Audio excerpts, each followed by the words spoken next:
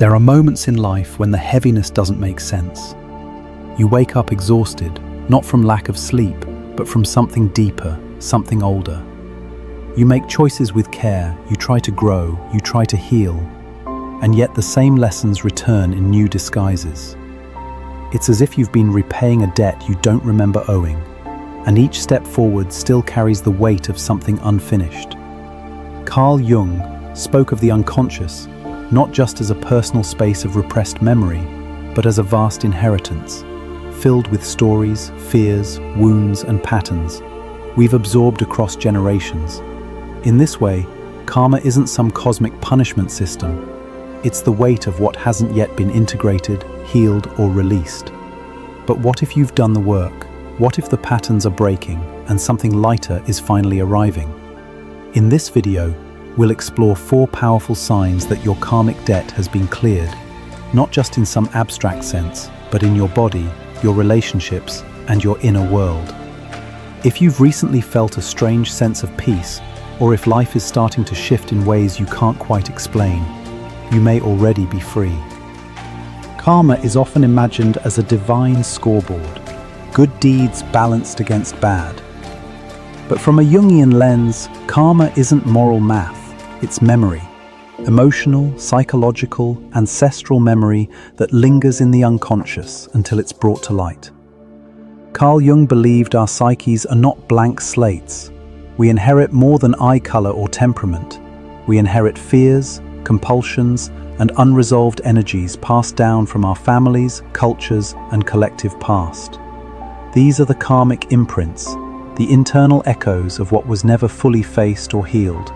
And they don't just live in our thoughts, they shape our choices, our attractions, our dreams, and even our suffering. To Jung, the soul's journey is about individuation, becoming whole by integrating every part of the self, especially the parts we've ignored or rejected. Karmic loops are what keep us circling the same mountain, emotionally and spiritually, until the lesson is not just understood, but embodied. When we face these patterns directly, without resistance or judgment, they dissolve, and something remarkable happens. We're no longer ruled by the past. So, how do you know when that shift has occurred? When the pattern has finally broken, and your soul is no longer carrying the weight it once did? Let's explore the 4 signs that your karmic debt has been cleared, and that you're now stepping into a new cycle of renewal. Sign number 1. You stop repeating the same emotional patterns. You used to attract the same types of people, the same hurts in different forms. Whether it was abandonment, betrayal, rejection, or self-sabotage, these loops followed you like echoes you couldn't shake off. Different faces, same pain.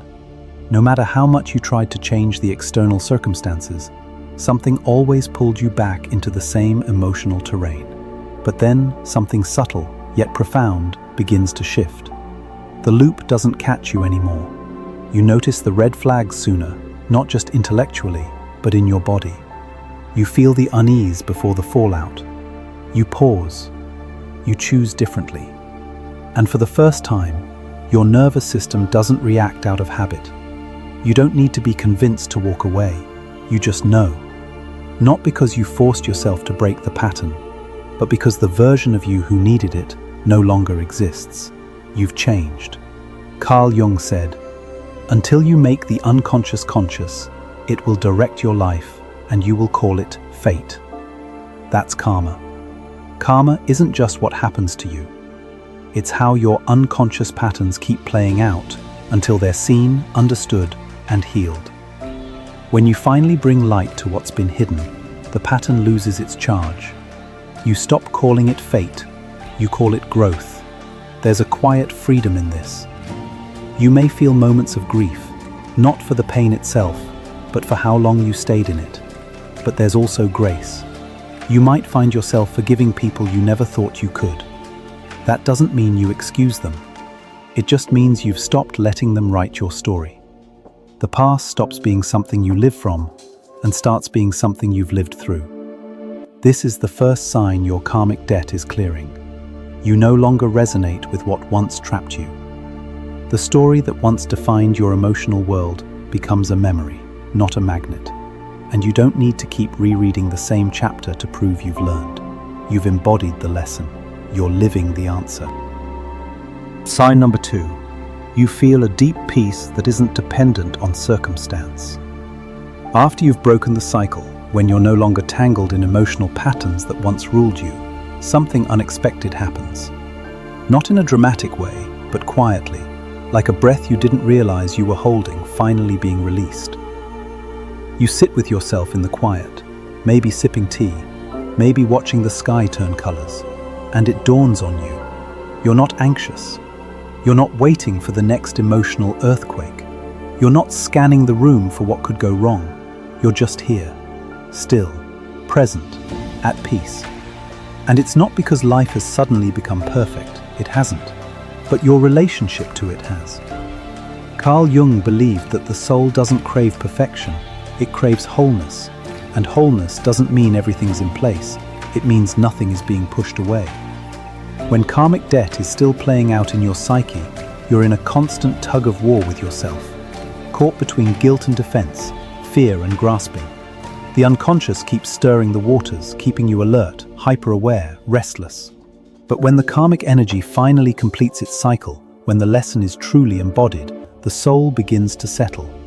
It's like a lake after a long storm. Everything slowly comes back into focus. This peace isn't the absence of sadness or frustration. You still feel, you still face challenges, but there's no inner chaos fueling them. You don't interpret hard times as punishment. You don't make suffering your identity. You don't ask, what did I do wrong to deserve this? You simply meet life as it is, without the need to defend or explain yourself. That's how you know something fundamental has shifted. And perhaps most tellingly, this peace doesn't need to be performed. You're not trying to convince anyone you're okay. You just are. There's a trust inside you now, quiet but strong. A trust that whatever happens, you will remain intact. That you are no longer orbiting around a wound. That your center is finally clear. This stillness, that deep, unshakable presence beneath the noise of daily life, is the second sign your karmic debt has been cleared. It's not loud, but it's unmistakable. It's the soul finally exhaling. Sign number 3. You start receiving without struggle. Once inner peace begins to settle, the kind that isn't dependent on control or outcome, life starts to meet you differently. After years of fighting, overworking, overgiving, and trying to prove your worth, you begin to notice something shift. Things arrive more easily. Not because you've stopped putting in effort, but because the resistance is gone. You're no longer pushing against the current. You're allowing it to carry you. Where love once felt like something to earn, now it simply shows up.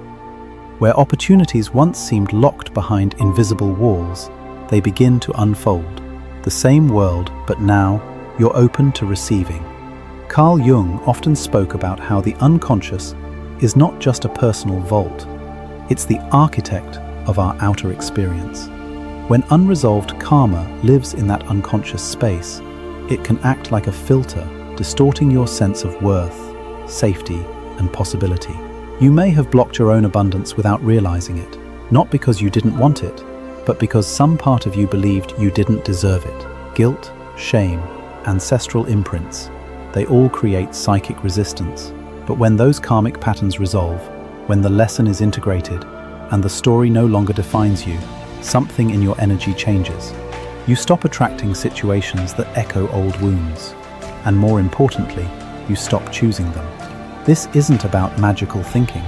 You still show up, you still work, but the struggle no longer defines the journey. You stop needing to overgive to be loved. You stop chasing what doesn't see you. And, without even realizing it at first, you begin to receive, not as a reward for suffering, but as a natural rhythm of an unburdened soul. Things come, and you don't flinch. People love you, and you don't question why. You accept the goodness, not with suspicion, but with quiet gratitude. This is the third sign. Life begins to reflect your inner transformation. Grace finds its way to you. And for the first time, you don't push it away. You don't brace for its exit. You let it stay, because something inside you finally believes it's safe to receive, not because you fought for it, but because you became the version of yourself who no longer needs to. Sign number 4.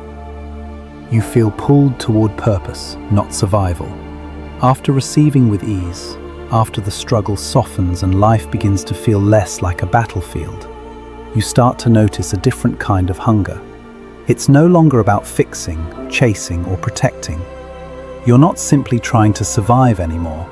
That anxious grip on life loosens. Instead, something gentler begins to call you. A quiet tug from within, asking, "What am I really here for?" This shift is subtle at first. Maybe you feel drawn to a new form of creativity, or to help others who walk the path you once did. You feel less consumed by your own wounds and more curious about how you can contribute, how your pain can serve as a map for someone else's healing. Jung said, "The privilege of a lifetime is to become who you truly are." That privilege begins the moment your soul is no longer trapped in the karmic loops of the past. When your decisions aren't being made by fear, but by authenticity. When karma is active, everything feels reactive. You're defending, proving, avoiding. But once it clears, a spaciousness opens up, and within that space, purpose begins to rise. Not a pressured purpose, not the "I must find my calling" or "I'm failing" kind, but an inner compass starts pointing you toward meaning. It doesn't demand, it invites. You feel pulled, not by scarcity, but by possibility. You no longer chase roles or identities to feel worthy. Instead, you begin to embody your truth. You speak more freely. You make choices that honor your values. And when you imagine the future, it isn't survival that comes to mind. It's legacy. What am I here to leave behind?